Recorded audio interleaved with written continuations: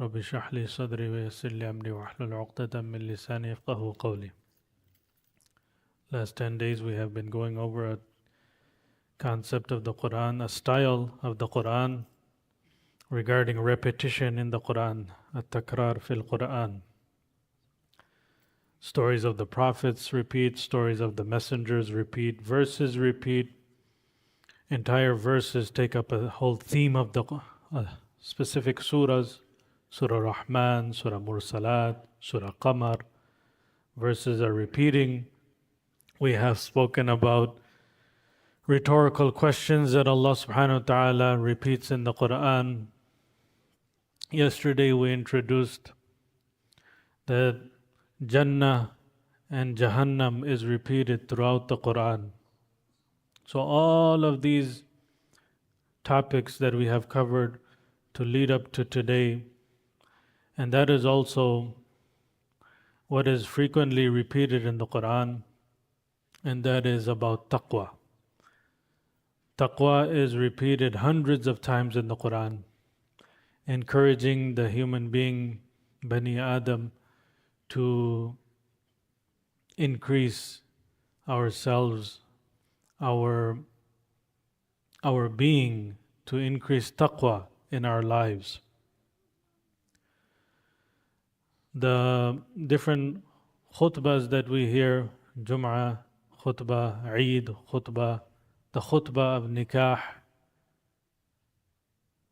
these sermons always remind us.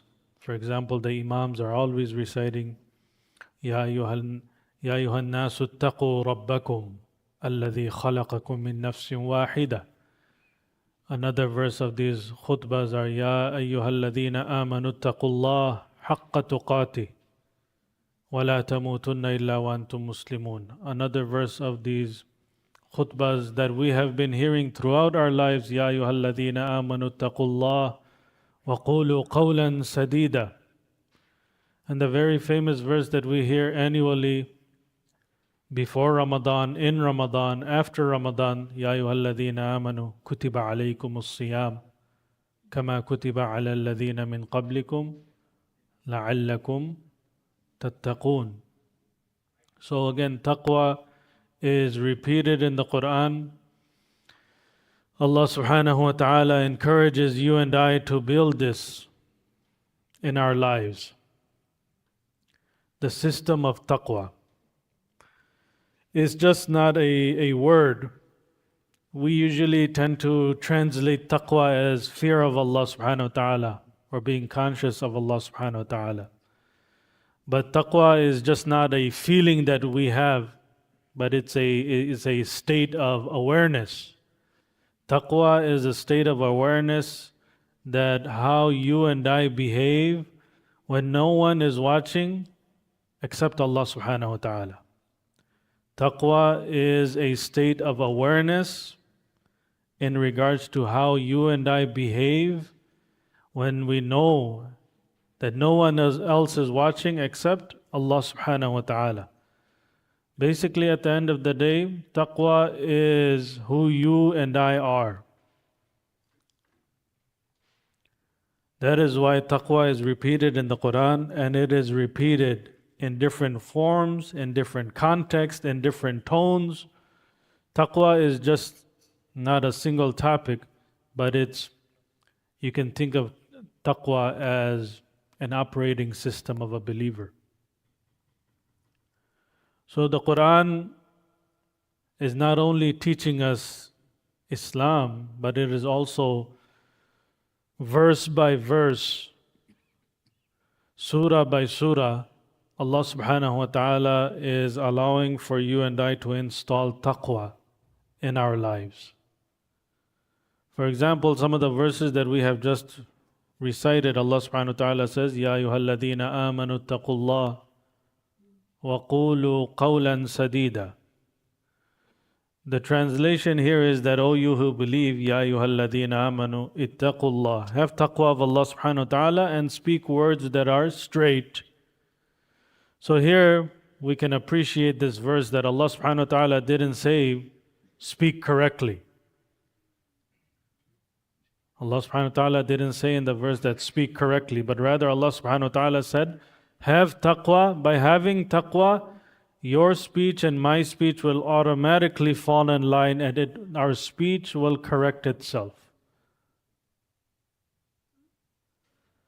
Another verse that we have recently covered right now, Ya ayyuhalladhina amanu taqullah haqqa tuqati wa la tamutunna illa wa antum muslimun.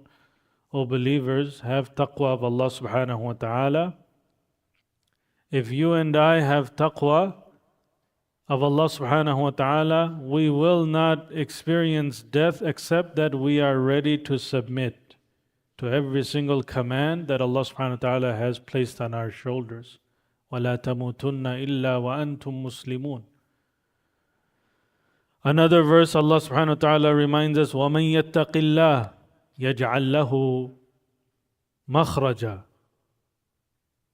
Here is a way how human beings we can get ourselves out of tight situations in life, sticky situations of life. And every single one of us has experienced ups and downs, challenges in our lives.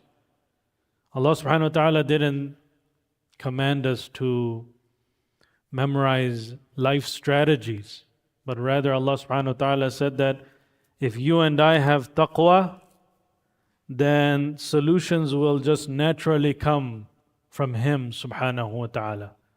You and I will see ways out of challenging situations in our lives by having taqwa. Allah subhanahu wa ta'ala says, Inna akramakum indallahi atqakum.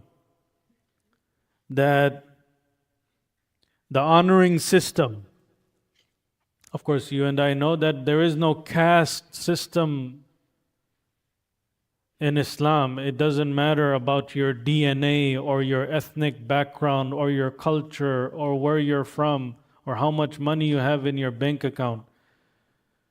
Who is elevated and who is degraded in the sight of Allah subhanahu wa ta'ala depends on the level of taqwa we have. It's not about knowledge, it's not about status, it's not even about our outward religiosity, but rather the level of internal awareness that we have of Allah subhanahu wa ta'ala in every single moment of our lives.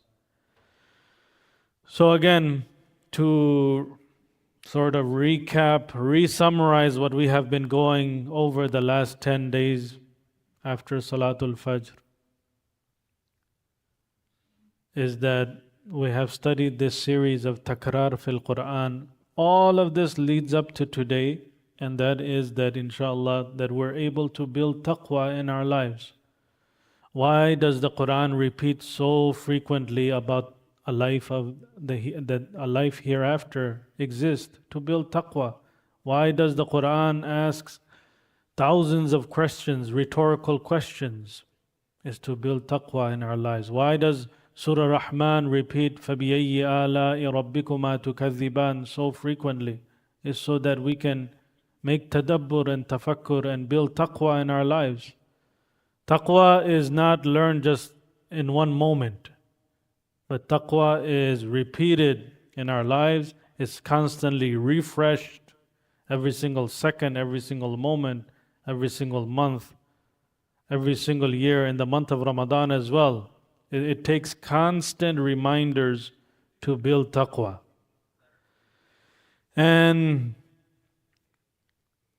something that you and I already know is praying salah 5 times a day is already, we know this, that it is important. We know that the Quran is important. We know that the Sunnah, following the Sunnah is important. We know halal and haram. We know right and wrong. So what is missing? All of this is just information until we activate that ilm, that knowledge, until we activate that knowledge and information. And what activates all of this is taqwa. Taqwa activates ilm and turns it into beneficial knowledge, that so that you and I, with this knowledge that we have, this information, we can bring it into existence through amal. Otherwise it just sits in our mind, but it never reaches our our behavior. So, but with taqwa, even a small act will have tremendous positive domino effect in our lives, inshallah.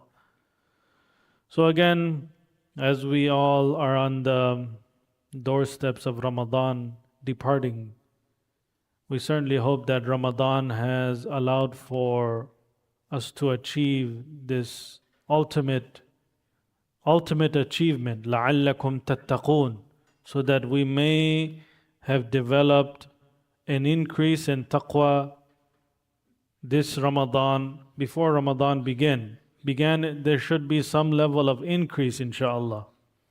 Ramadan wasn't just that we felt spiritual for 30 days, or we had a Ramadan vibe for 30 days, or we just recited Quran for 30 days, or we only changed for 30 days. Once Ramadan departs, we go back to our old ways. That is not what Ramadan is about. The real test, real question begins once Ramadan departs. Well, how do we continue? How do we continue, especially in our private lives? Especially in our private lives, how do we behave? Again, as a reminder, taqwa is something that when we have the opportunity to sin, we don't sin, because we are aware that Allah subhanahu wa ta'ala is watching over us. When we have an opportunity to lie or cheat, we don't lie or cheat. Why? Because Allah subhanahu wa ta'ala is watching over me.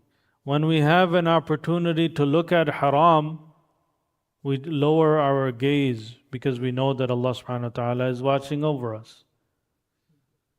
So taqwa is that very ultimate thing that we are trying to achieve, inshallah. So again, as we went over takrar fil Quran, the Quran repeats. Why? Because you and I as human beings, we tend to forget from time to time. The Quran asks questions because sometimes you and I, we stop thinking. The Quran, it tells stories of prophets and messengers and nations of the past because sometimes we lose perspective.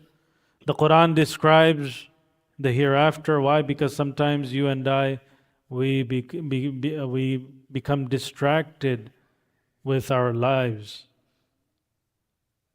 So again, we constantly make dua that may Allah subhanahu wa ta'ala allow for us not only to experience taqwa, but to constantly build it throughout our lives. And we make dua that Allah subhanahu wa ta'ala gives us a true appreciation of Islam, of our iman, through and by achieving taqwa, inshallah. We make dua in conclusion that may Allah subhanahu wa ta'ala accept from all of us, our brothers and sisters, whatever a'mal that we have performed in the last few weeks. May Allah subhanahu wa ta'ala accept each and every single person's du'as, righteous requests. May Allah subhanahu wa ta'ala accept everyone's tilawatul Quran, nawafil that we have performed. May Allah subhanahu wa ta'ala accept from everyone who even went out of their way to help another believer break their fast in iftar. And finally, we make dua that may Allah subhanahu wa ta'ala allow for us to witness another Ramadan in our lives. Because we know we have just had janazas after janazas.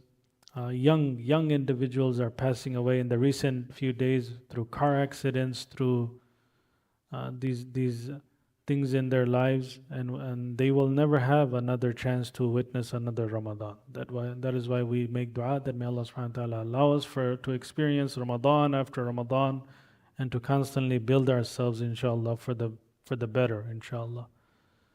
Wa akhiru da'wana alhamdulillahi rabbil alamin. Jazakumullahu khair.